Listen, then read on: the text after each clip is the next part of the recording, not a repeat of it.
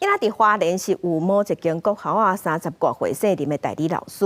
伫去年时在做班导师的期间，对查某学生囡仔去便所共偷袭。学校接到家长的反映了后，赶紧调监视器，发现讲这个老师的行踪有影是怪怪，就报警察。检方即马调查有29个学生囡仔受害，昨昏已经甲这个老师，检方甲这个老师起诉要求法官就要判重刑。林姓被告是于2013年8月28日到9月12日这段期间，在花莲县某国小5年级担任导师。那他这段期间呢，频繁的持手机尾随学校的女学童进入男女共用的友善厕所内，透过厕所挡板下方的缝隙，由下而上拍摄女学童如厕的影像。